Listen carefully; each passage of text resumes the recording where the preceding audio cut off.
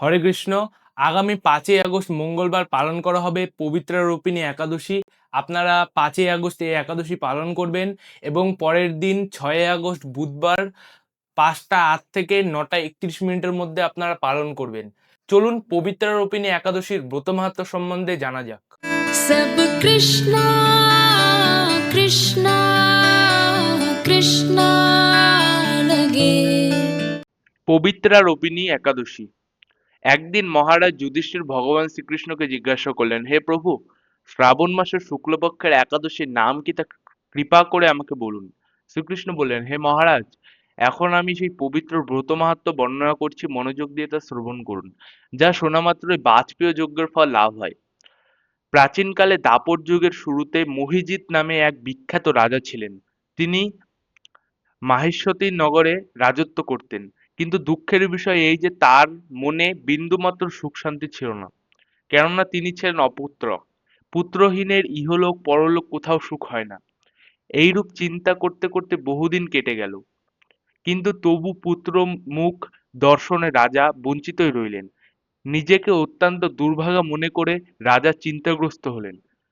প্রজাদের সামনে গিয়ে বলতে লাগলেন, হে প্রজাবৃন্দ, তোমরা শোনো, আমি এই জন্মে তো কোনো পাপ কাজ করিনি, অন্যায়ভাবে আমার রাজকোষ বৃদ্ধি করিনি, ব্রাহ্মণ বা দেবতাদের সম্পদ কখনো গ্রহণ করিনি, উপরন্তু প্রজাদেরকে পুত্রের মতো পালন করেছি, ধর্ম অনুযায়ী পৃথিবী শাসন করেছি, দুষ্টদের যথানুরূপ দণ্ড দিয়েছি, সজ্জন ব্যক্তিদের যথাযোগ্য সম্মান করতেও কখনো অবহেলা করিনি। তাই হে ব্রাহ্মণগণ, এই প্রকার ধর্মপথ অবলম্বন করা সত্ত্বেও কেন আমার পুত্র লাভ হলো না, তা আপনারা কৃপা করে অনুসন্ধান করুন। রাজার এই প্রকার কাতর উক্তি শ্রবণে ব্যথিত রাজভক্ত পুরোহিত ব্রাহ্মণগণ রাজার মঙ্গলের জন্য গভীর বনে ত্রিকালজ্ঞ মুনি ঋষির কাছে যেতে মনস্থ করলেন। বনের মধ্যে ঋষিদের আশ্রম সকল দেখতে দেখতে তারা এক মুনির সন্ধান পেলেন।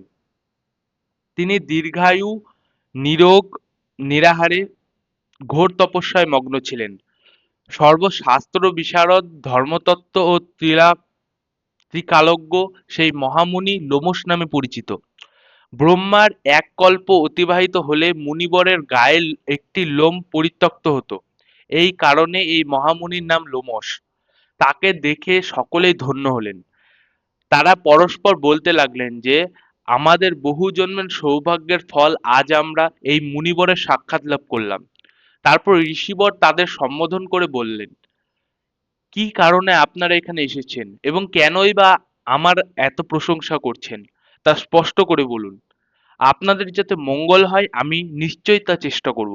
ব্রাহ্মণেরা বললেন, হে ঋষিবর, আমরা যে উদ্দেশ্যে এখানে এসেছি আপনি তা কৃপা করে শুনুন। এ পৃথিবীতে আপনার মতো শ্রেষ্ঠ ব্যক্তি আর কোথাও নেই। মহিজিৎ নামে এক রাজা নিঃসন্তান হওয়ায় অতি দুঃখে দিন যাপন করছে। আমরা তার প্রজা, তিনি আমাদেরকে পুত্রের মতো পালন করেন, কিন্তু তিনি পুত্রহীন বলে আমরাও সবাই মর্মাহত। তার দুঃখ দূর করতে আমরা এই বনে প্রবেশ করেছি। হে ব্রাহ্মণ শ্রেষ্ঠ, রাজা যাতে পুত্রের মুখ দর্শন করতে পারেন, কৃপা করে তার কোনো উপায়ে আমাদের বলুন। তাদের কথা শুনে মুনিবর ধ্যানমগ্ন হলেন। কিছু সময় পরে রাজার পূর্ব জন্মা বৃত্তান্ত বলতে লাগলেন। এই রাজা পূর্বজন্মে এক দরিদ্র বৈশ্য ছিলেন। একবার তিনি একটি অন্যায় কার্য করে ফেলেন।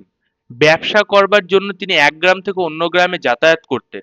এক সময় জ্যৈষ্ঠ মাসের শুক্লপক্ষের দশমীর দিনে কোথাও যাওয়ার পথে তিনি অত্যন্ত তৃষ্ণার্ত হয়ে পড়েন। গ্রাম প্রান্তে একটি জলাশয় তিনি দেখতে পান, সেখানে জলপানের জন্য যান। একটি গাভী ও তার বাছুর সেখানে জলপান করছিল। তাদেরকে তাড়িয়ে দিয়ে তিনি নিজেই জলপান করতে লাগলেন। এই পাপকর্মের ফলে তিনি পুত্র সুখে বঞ্চিত হয়েছেন, কিন্তু পূর্বজন্মের এই পুণ্যের ফলে তিনি এইরকম নিষ্কণ্টক রাজ্য লাভ করেছেন। হে মুনিবর, শাস্ত্রে আছে যে পুণ্য দ্বারা পাপ ক্ষয় হয়। তাই আপনি এমন একটি পুণ্যব্রত উপদেশ করুন যাতে তার প্রারব্ধ পাপ দূর হয় এবং আপনার অনুগ্রহে তিনি পুত্র সন্তান লাভ করতে পারেন।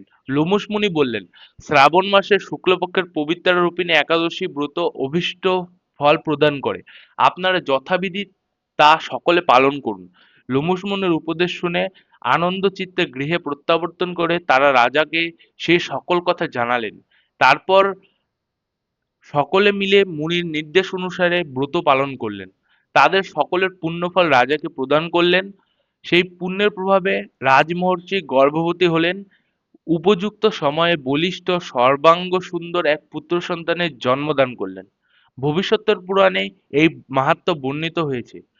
এই ব্রত মাহাত্ম্য যিনি পাঠ বা শ্রবণ করবেন তিনি সমস্ত পাপ থেকে মুক্ত হবেন এবং পুত্র সুখ ভোগ করে অবশেষে দিব্যধাম প্রাপ্ত হবেন। হরে কৃষ্ণ। আপনারা অবশ্যই 5ই আগস্ট এই একাদশী পালন করবেন এবং আপনাদের পরিবার, পরিজন, বন্ধু-বান্ধবদের অবশ্যই উৎসাহিত করবেন এই একাদশীটি পালন করার জন্য। আবার নতুন কোনো ভিডিওতে আপনাদের সঙ্গে দেখা হবে। ততক্ষণ ভালো থাকবেন, সুস্থ থাকবেন। হরে কৃষ্ণা।